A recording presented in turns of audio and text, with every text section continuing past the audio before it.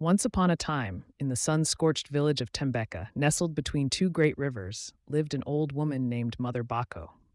Her hands were wrinkled like dried maize husks, and her eyes held the weight of many moons.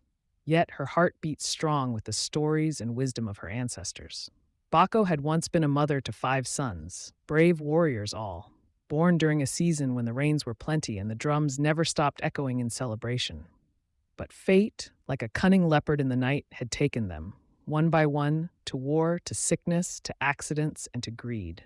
By the time she was old, she was alone, with only her goats, her memories, and her bitter silence. The villagers revered her and feared her in equal measure. They whispered that her sorrow had called down drought upon Tembeka. The skies refused to weep, and the rivers dried into dusty scars. Crops withered, children cried of hunger, even the drums went quiet. Then came a day when a stranger arrived.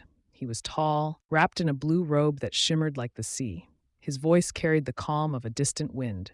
He went to Bako's hut, bowed before her, and said, "I have come to ask you for a tear."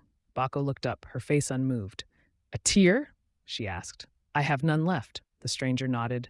"Then tell me a story and let your soul remember." Reluctantly, Bako began to speak.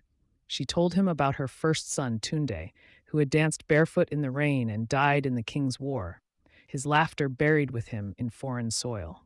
She spoke of Kweku, who had carved birds from wood and drowned in the swollen river while trying to save a child, of Oba, who vanished into the forest and never returned, and Kwame, who drank poison meant for another.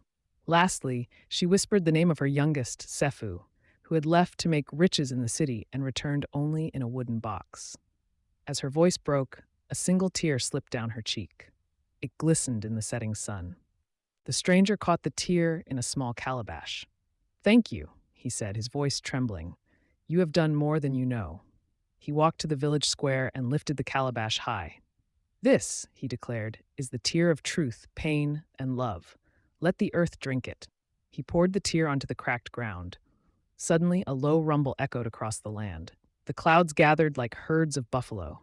The skies, after many moons, finally wept. Rain fell, washing away dust, pain, and silence. The rivers sang again, the villagers rejoiced, but when they turned to thank Baako, she was already walking toward the riverbank with a calm smile. There, she looked up at the heavens and whispered, "Let me dance with my sons again." They say she,